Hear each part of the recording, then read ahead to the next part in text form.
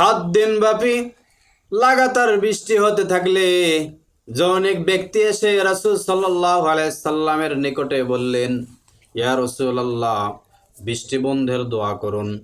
তখন রাসূল সাল্লাল্লাহু আলাইহি সাল্লাম বললেন, আল্লাহুম্মা হাওয়ালাইনা ওয়ালা আলাইনা, আল্লাহুম্মা আলাল আকামি ওয়াজ-জিরাবি ওয়া বুতুনিল আওদিয়াতি ওয়া মানাবাতিশ শাজারা।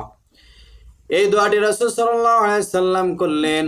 দোয়াটির অর্থ হচ্ছে, হে আল্লাহ, আমাদের পার্শ্ববর্তী এলাকাতে বর্ষণ করুন, আমাদের এলাকাতে বৃষ্টি বর্ষণ করো না।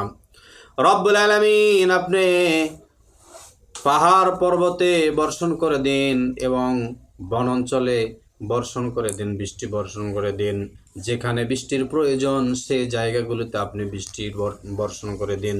এইটা ছিল রাসূল সাল্লাল্লাহু আলাইহি সাল্লামের দোয়া।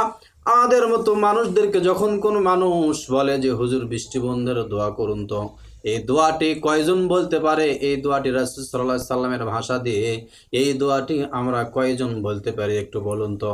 অথচ এই দোয়াটি সহিহ বুখারীর প্রথম খণ্ডের ভিতরে 183 নম্বর পৃষ্ঠাতে এই দোয়াটি এসেছে। ঠিক কিনা?